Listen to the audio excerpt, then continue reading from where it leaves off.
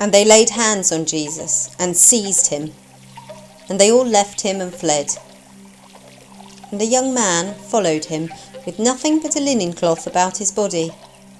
And they seized him, but he left the linen cloth and ran away naked.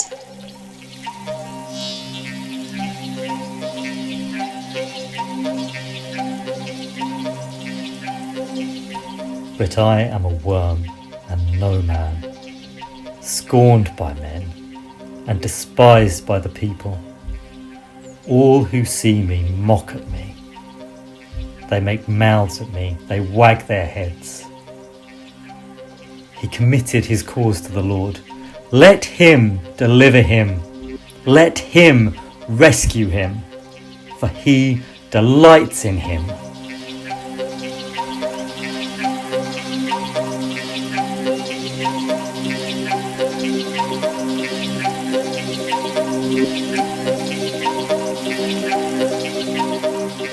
My name is Mark, John Mark.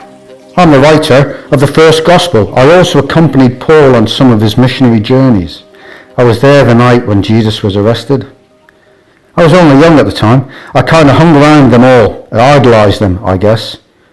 I was an annoying kid, always tagging along, always asking questions. I'm sure some of them could cheerfully have throttled me, but instead they tolerated me.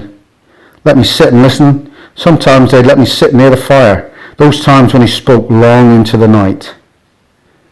That night I'd follow them to the Garden of Gethsemane. They tried to send me home, said there was going to be trouble and that a kid shouldn't be anywhere near it. I knew some of them had swords. I'd seen them hide them under their cloaks. I got cuffed round the ear when they realised I was there, but I ran and hid, followed them at a distance. I wanted to know what was going to happen. I saw the fight and how, in the end, he stopped it all.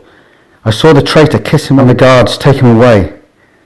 And I saw all the disciples built for it, fighting for their lives. But I stood watching too long. Suddenly I realised there were soldiers all around me, and one of them grabbed my shoulder. But I was lucky.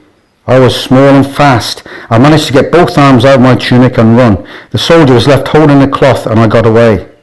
As I ran, I could hear them laughing. I looked back and saw them holding up the tunic, waving it at me, mocking and pointing. I just kept running till I thought my lungs would burst. I was so scared. That was the worst night of my life, hiding out in alleys and doorways, cold and terrified, listening for the patrols. They'd taken him. Everyone had scarpered, and I was alone. I was there the next day. I hid at the back of the crowd. I saw him carrying the cross up the hill. He was covered in blood. I've never seen anyone in so much pain. I couldn't bear it, the indignity of it, the shame. They'd beaten him up so badly, humiliated him with that spiked crown and stupid robe. I wanted to run in there and rescue him, fight the soldiers myself, but the women stopped me. None of his disciples were there by then, only some of the women who'd followed him. One of them tried to help him. She got through, but she was nearly trampled by the crowd. Somehow I managed to pull her out. He fell 3 times under the weight of that appalling cross, and every time his cuts got deeper. The splinters dug further and further into his skin. His bones fractured and his muscles tore. Every time it got harder and harder to get up, and when he fell, the soldiers just whipped him all the more. I couldn't get near Golgotha, it was too dangerous. I was frightened they'd recognise me, so I just hid near the walls, but I heard what happened later. I heard from the women how he'd died. They told me that an important man had buried him and where the tomb was. Later, I went and sat there. I just wanted to be near him. Who was he? He was like a big brother, and the best sort of teacher and a friend all rolled into one. He never talked down to you. He was always interested in what you had to say. A grown-up who was actually willing to spend time with an annoying kid like me. The verse about the man in the linen cloth? It's my signature.